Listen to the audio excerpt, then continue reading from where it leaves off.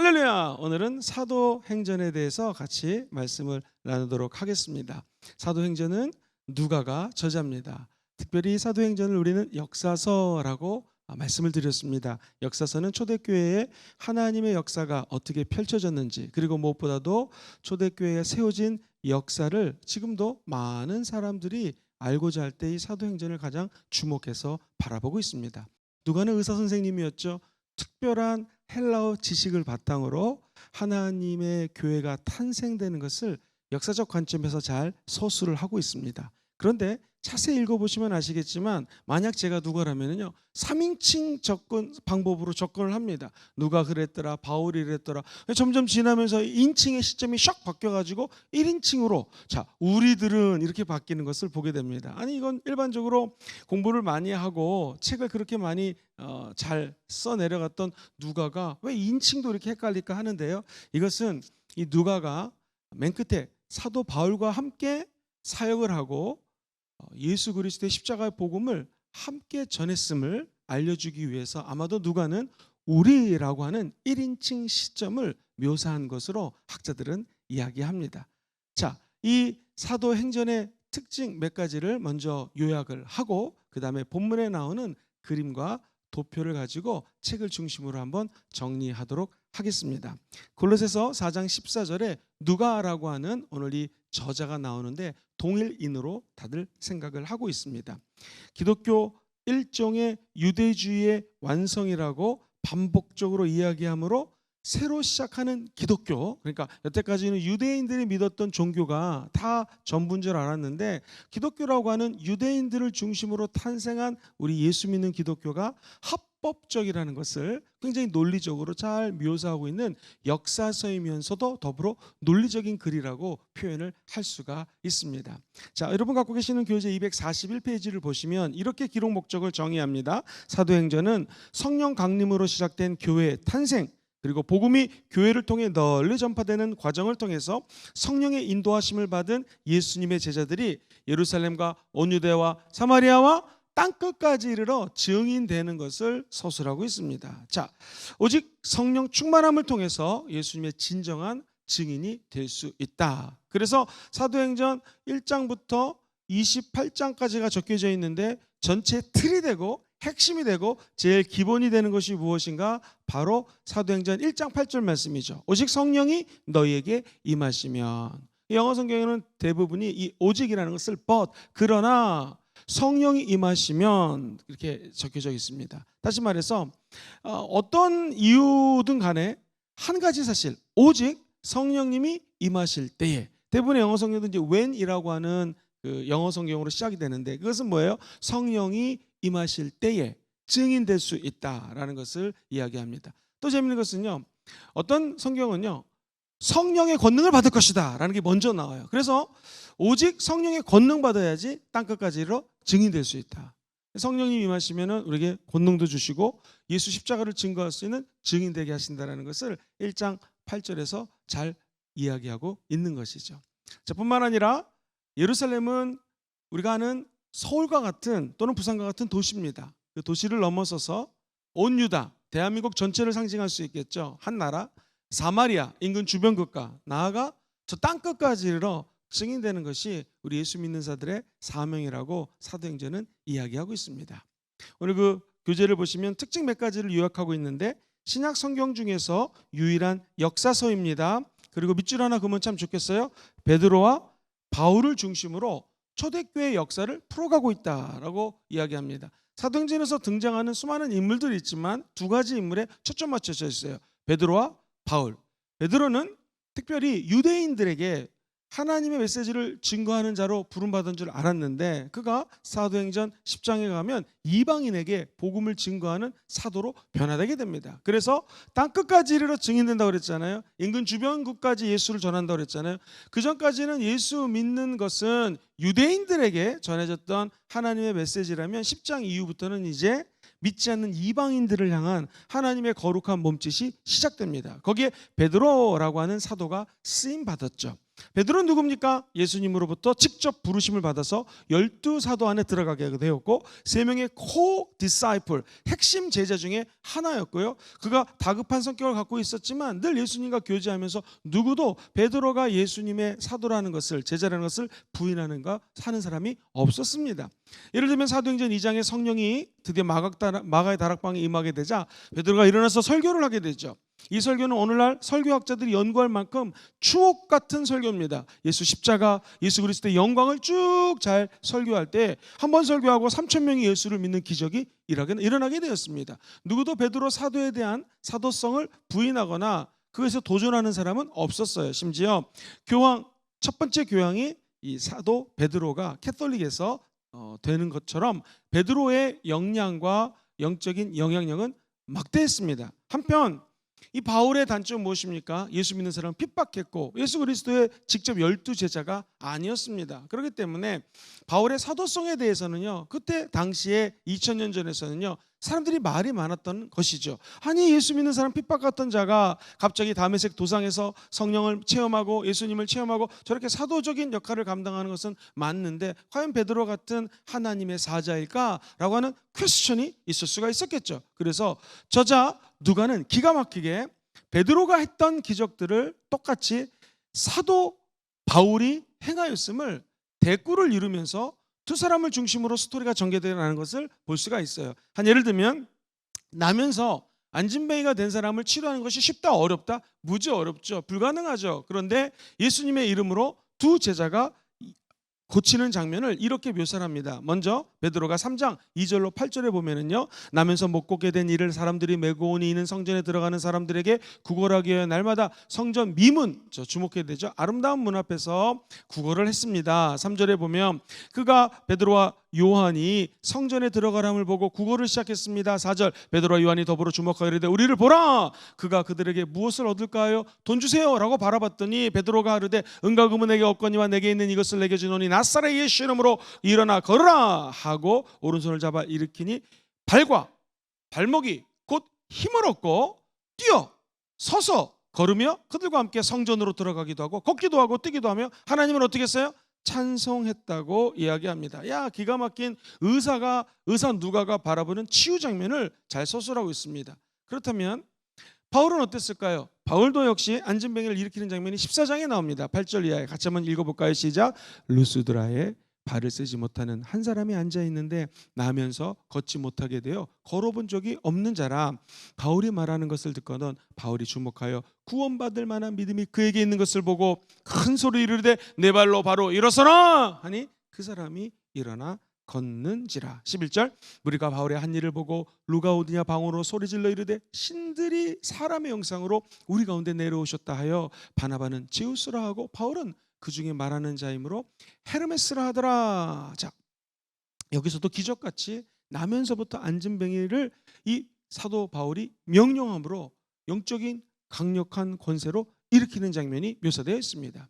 이처럼 베드로가 했던 기적 사도 바울도 동일하게 일으켰습니다. 뿐만 아니라 우리가 잘 아는 특이한 치유 사건에 대해서 언급을 하고 있는데 5장 15절 보면 사도 베드로입니다. 심지어 병든 사람을 메고 거리에 나가 침대와 요 위에 누이고 베드로가 지나갈 때에 혹 그의 그림자라도 누구에게 덮일까 바랬다. 베드로 그림자만 막 덮여도 기적이 일어났다는 것이거든요. 그렇다면 19장 12절 보면 사도 바울은 어땠을까요? 심지어 사람들이 바울의 몸에서 손수건이나 앞치마를 가져다가 병든 사람에게 얹으면 그 병이 떠나갔습니다. 귀신, 악귀도 떠나갔습니다. 와, 이거는 정말 베드로가 엄청난 영적인 권세를 가지고 사역했던 것처럼 사도 바울도 손수건과 앞치마를 보며 귀신이 떠나가고 치유되는 사건이 기적적으로 묘사가 되어 있습니다. 이 누가는 굉장히 논리적이고 굉장히 지혜로웠던 자 같아요. 심지어 우리가 잘 알고 있는 마술사를 제압하는 장면도 이렇게 멋지게 기록을 하고 있습니다. 사도행전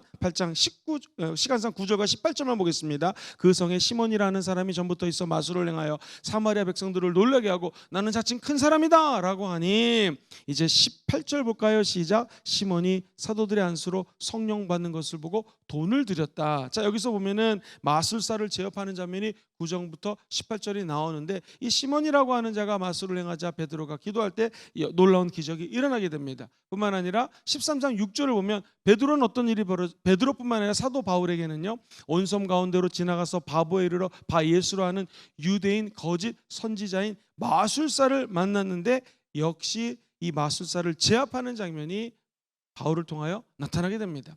뭘 의미합니까? 아무리 무당, 마술사, 영적인 일을 하는 사람이라 할지라도 사도 베드로, 사도 바울 앞에는 꼼짝하지 못했다. 다시 말하면 두 사람을 예수님의 영이 동일하게 사용했다라는 것을 표현하고 싶었던 것이죠. 두 가지만 더 볼까요? 죽은 자가 어찌 일어나겠습니까? 9장에 보면 36절 이하에 욥바의 다비다라는 여제자가 있었는데, 그 이름을 번역하면 도르가라 선행과 구제하는 일이 심히 많았는데, 그때 병들어 죽음에 시체를 씻어서 다락에 누였습니다. 38절부터 읽어보죠. 시작. 룻다가 욥바에서 가까운지라 제자들이 베드로가 거기 있음을 듣고 두 사람을 보내어 지체 말고 와달라고 간청하여 베드로가 일어나 그들과 함께 가서 이름에 그들이 데리고 다락방에 올라가니, 모든 과부가 베드로 곁에 서서 울며 도르가가 그들과 함께 있을 때에 지은 속옷과 겉옷을 다 내보이거늘 베드로가 사람을 다 내보내고 무릎을 꿇어 기도하고 돌이켜 시체를 향하여 이르되 다비다야 일어나라 하니 그가 눈을 떠 베드로를 보고 일어나 앉은지라. 엄청난 기적이죠. 한편 20장에 보면요, 이 사도 바울도 9절 이하에 기적을 베풉니다. 이렇게 적혀져 있죠. 유도고라고 하는 청년이 창에 걸터 앉아 있다가 깊이 줄더니 바울이 강론하기를 더 오래하며 졸음을 이기지 못하고 3층에 떨어져서 죽었습니다. 10절에 바울이 내려가서 그 위에 엎드려 그 몸을 안고 말하되 떠들지 마라, 생명이 그에게 있다 하고 올라가 떡을 떼어 먹고 오랫동안 곧 날이 새기까지 이야기하고 떠나니라. 사람들이 살아난 청년을 데리고 가서 적지 않게 위로를 받았더라. 엄청난 일들이 벌어집니다. 이게 뭐예요? 사도 베드로가 했던 기적을 역시 사도 바울이 행했다라는 것이에요. 마지막 하나만 더 보겠습니다. 기적적으로 옥에서 풀려나는 것도 똑같아요. 12장 7절에 보니 호련히 주의 사자가 나타나며 옥중에 광채를 빛나며 베드로의 옆구리를 쳐 깨워 이르되 급히 일어나라 하니 쇠사슬이 그 손에서 벗어지니라. 자, 16장 이렇게 마술을 행하는 자들을 쫓아내고 귀신 쫓아내고 사역했던 바울이 역시 감옥에 갑니다. 한밤중에 찬양하니 어떤 일이 벌어졌어요? 26절에 이에 갑자기 큰 지진이 나서 옥토가 움직이고 문이 곧 다 열리며 모든 사람들이 메인 것이 다 벗어진지라. 할렐루야. 이 유난히도 두 사람은 엄청난 기적과 역사를 일으킵니다. 누가라고 하는 저자는 중간에서 중심을 잡고 사도 베드로의 영적인 엄청난 일들을 우리 사도 바울도 행했다고 두 사람의 밸런스를 맞추는 균형적인 메시지를 선포한 것이죠.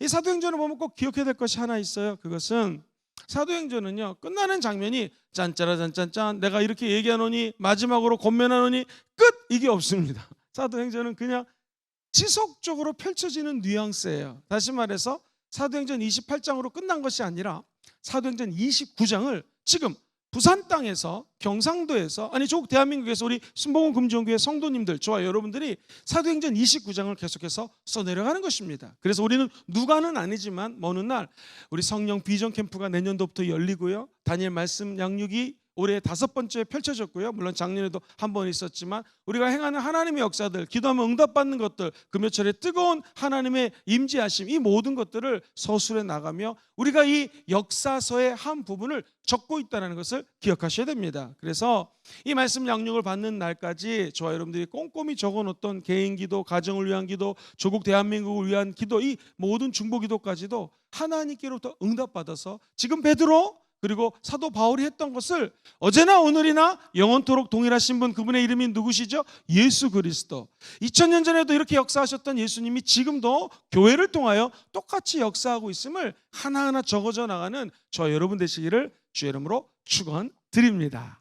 자, 이 사도행전은 사도행전 2장에 성령이 임하는 장면으로부터 시작됩니다. 자, 그렇다면은 약 5번에 걸쳐서 성령이 임재하는 장면이 나오는데요, 박스를 좀 준비해 주시면 고맙겠습니다. 사도행전 2장 1절로 4절에 보니 어디에서요? 마가의 다락방에서 뭐 했습니까? 기도했습니다. 같이 읽어볼까요? 시작. 불의 혀같이 갈라지는 성령이 임했습니다. 성령의 충만함을 받았습니다. 각기 다른 방언으로 말하기 시작했습니다. 그들이 모여서 기도했습니다. 잠깐 화면을 보여주시겠습니까? 자, 500여 명이 예수님의 승천하는 장면을 봤다고 말씀드렸죠. 500명이 봤지만 실제로 너희는 예루살렘을 떠나지 말고 아버지 약속하신 것을 기다리라 했을 때 몇 사람이 모였어요? 120명. 초대교회는요, 당연히 남자들만 카운트했습니다. 그러면 500명 더하기 아내가 한 명씩 있었으면 1000명, 자녀가 둘만 있어도 약 2, 3천 명, 몇천 명이 예수님의 승천하는 장면을 봤지만 실제로는 남자 120명이 모여서 기도했다. 오늘날도 500명의 성도가 하나님 말씀 들으면 실제로 실천하는 것은 한 120명인 것 같습니다. 어쨌든 마가의 다락방에서 이들이 따라해볼까요? 순종하여 기도하며, 시작, 순종하며 기도했습니다. 오로지 순종하며 기도하자 성령이 임하게 되고요, 그들이 성령의 충만함을 받고 방언을 말하기 시작합니다. 이것이 사도행전 2장에 처음 임한 성령의 모습이고요, 방언 터지는 장면이 나오게 됩니다. 그 밑에 거 한번 박스를 보면서 정리해 볼까요? 사도행전 4장 31절의 말씀인데요, 장소는 예루살렘입니다. 그들이 모여서 뭐를 했을까요? 기도했습니다. 갑자기 모인 곳이 진동을 합니다. 그리고 성령 충만하여 전도하는 장면이 기록되어 있습니다. 그들이 기도할 때 모인 것이 진동했던 것처럼 우리도 모여서 기도할 때마다 성령이 강림하고 진동하는 은혜가 있기를 주의 이름으로 축복합니다. 8장에 보면 사마리아에서 안수를 하자 성령이 임하는 장면이 나옵니다. 그리고 사도행전 10장 4절에 보면 고넬료의 집에서 아까 말씀드렸던 사도 베드로가 순종해서 고넬료 집에 갑니다. 그는 경건한 자여 다른 사람들을 늘 도와주고 구제에 힘썼던 하나님의 신실한 자였습니다. 자, 그 고넬료의 집에 베드로가 말씀을 전합니다. 예수님을 선포합니다. 그러자 말씀을 듣는 모든 사람들의 성령이 임합니다. 즉 설교할 때 성령이 임해요. 아하, 성령은 기도할 때도 임하고 안수할 때도 임하지만 설교 가운데도 임할 수 있어요. 오순절처럼 똑같이 성령이 임하셔서 방언을 말하기 시작합니다. 그리고 그들은요, 하나님을 기뻐 뛰며 찬양하며 높이더라 라고 적혀져 있습니다. 성령이 임하시면 방언도 터지고 하나님을 높이는 일은 납니다. 그러므로 성령 받은 저와 여러분들은 방언도 말하고 무엇보다도 우리 삶에서 하나님을 높이는 기적이 일어나기를 주님의 이름으로 축원합니다. 자, 사도행전 19장에 보시면 에베소에서 하나님의 역사가 나타납니다. 무엇할 때? 바울이 안수할 때 성령 임하고 그들이 방언을 받습니다. 12명 되는 사람들이 예언도 하기 시작합니다. 점점 성령의 역사가 극대화되는 것을 우리는 볼 수가 있습니다. 이처럼 사도행전 2장, 4장, 10장, 19장 하나님의 역사가 일어나기 시작합니다. 우리도 이 사도행전 2장, 29장을 쓰면서 여기 나왔던 5가지 성령 임하는 장면들이 우리 교회를 통하여 또 개인으로 기도하실 때 재현되기를 주의 이름으로 축원드립니다. 자, 이 사도행전을 공부할 때 마지막으로 이 그림을 좀 보여드리면서 제자들이 어떻게 어려움에 처했을 때 가운데 머무르지 않고 땅끝까지로 증인됐는지, 특별히 사도 바울이 1차, 2차, 3차 전도여행을 하고 이 로마까지 가는 여정을 지도는 이렇게 요약을 하고 있습니다. 지도를 한번 보시겠습니까? 먼저 1차 선교 여행입니다. 구브로라고 하는 제일 밑에 있는 지역이 보이실 것입니다. 여기서 바울과 바나바가 파송이 됩니다. 성령의 감동으로 사도 바울, 바나바가 구별되어 안수를 받고 파송식이 열립니다. 두 사람이 이방인 선교를 위하여 출발하기 시작합니다. 바나바는 고향인 구브로로 시작하여 1차 선교 여행이 시작되었고, 비시디아와 안디옥에서는요, 바울이 공식적인 첫 설교를 듣기 위해서 엄청나게 많은 사람들이 구름대처럼 모이는 기적이 일어났습니다. 뿐만 아니라 저 위쪽에 보시면은요, 안디옥을 지나 그 밑에 가시면은 이고나온을 지나 루스드라고 하는 것이 지역이 보였을 거예요. 이 루스드라에서는요, 나면서부터 걷지 못하는 사람을 치료하여, 아까 제가 언급했던 그 장면입니다. 전능하신 하나님과 복음을 전하게 되었고요. 그리고 하나님 은혜 가운데 선교지로 돌아 안디옥에 돌아옴으로 1차 선교 사역을 마치게 되었습니다. 자, 두 번째 그림으로 넘어가겠습니다. 2차 선교여행은 바울과 바나바는 새로운 선교를 계획했습니다. 이 마가의 동행 문제가 있어가지고 심히 다투게 됩니다. 안타깝게 바울과 바나바가 헤어져요. 그리고 바울은 실라와 수리아로, 바나바는 마가와 함께 구브로로 선교여행을 떠납니다. 자, 2차 선교여행의 특징은 예수의 영이 바울이 아시아와 비누기니아에서 복음을 전하지 못하게 합니다. 환상 가운데 마게도냐가 보이시죠? 마게도냐로 와라 라는 환상을 보게 됩니다. 그리고 그곳에서 정말 복음이 증거됨으로 말미암아 복음은 서쪽으로 돌아가게 돼 있죠. 바울은 지적 수준이 높은 데살로니가, 베레와, 아덴, 고린도, 쉽게 얘기해서 당시 최고의 도시들을 다니면서 아주 수준 높은 변론을 합니다. 정말 황금 이빨이라 할 정도로 그의 변론은 탁월합니다. 그렇게 열심히 설교했지만 실패합니다. 복음의 단순한 신앙 진리 자체를 전하는 정도가 됐다라는 것이죠. 자, 이게 끝났을까요? 그렇지 않습니다. 바울은 쉬지 않고 또 3차 선교 여행을 떠납니다. 3차 선교는 대부분 에베소 선교지였던 것을 보게 됩니다. 에베소 기독교인들은 성령이 계심도 듣지 못했고 침례 요한의 침례만 받았다고 19장에 얘기했죠. 여기서 안수하자 사람들이 방언이 터지고 하나님께 경배와 찬양을 올려드렸던 장면이 19장 5절로 6절에 나옵니다.